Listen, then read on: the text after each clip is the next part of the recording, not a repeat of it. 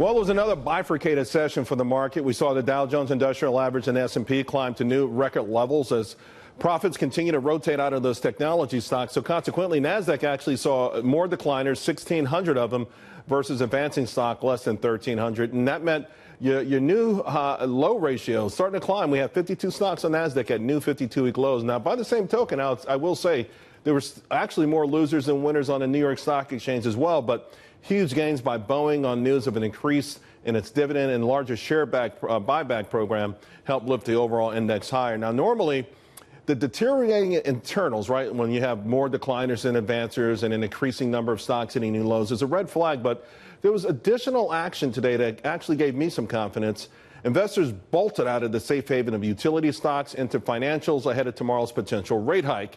Now, of course, this bodes well for the overall economy. The possibility of banks actually lending money sounds good. Another great sign for the economy and the stock market, small business optimism. There is no niche in the economy that reacted more positively to the election of Donald Trump than the White House and these small business owners. Now, that initial burst of excitement was reflected in the NFIB Optimism Index. It spurted up, then it started to drift for a while, but guess what? It's moved into a higher gear. In fact, last month moved to its second best level in its 44-year history. 8 out of the 10 components increased from November. Had a few standout anomalies for moves upward. Now, the component measures where the small businesses see the economy 6 months out surged 16 points to 48%.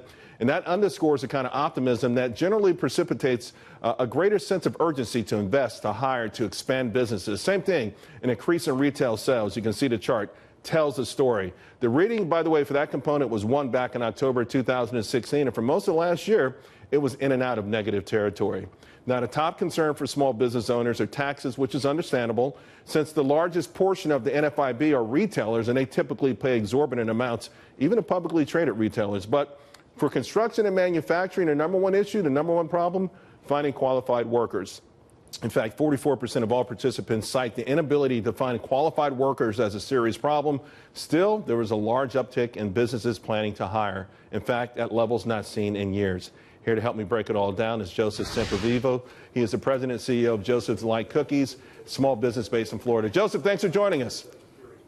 Hey, thanks for having me, Charles. Really appreciate it. Hey, this optimism that we're seeing off the charts on the NFIB and other measures, are you feeling it too in your own business? Are you feeling that same sort of optimism?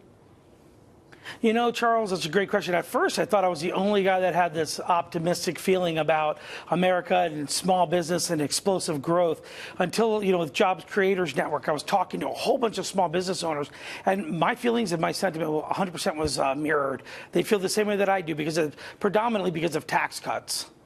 All right, so are you seeing, though, now, because one of the things that we've seen overall with all these different confidence measures against a variety of industries is that they call that soft data on Wall Street. It's just a survey. But we've seen that soft data become hard, legitimate evidence, in the corporate earnings and things like that. So are you seeing your business pick up? I think that same with my business as a small business, even though I'm not publicly traded, and with market efficiency theory, what we're seeing is people are expecting this. Consumers are expecting a tax cut. Individuals are expecting this. Other small businesses, as small retailers, are expecting this tax cut. So they're talking to us about, hey, can we do extra promotions in the year, buy more product, maybe get volume discount? Can we get those tax savings and put it to work by buying more product from your company? I said, absolutely, you can. We could do end caps and all these, other sorts of things to promote the product. And this is what small business owners are actually talking about.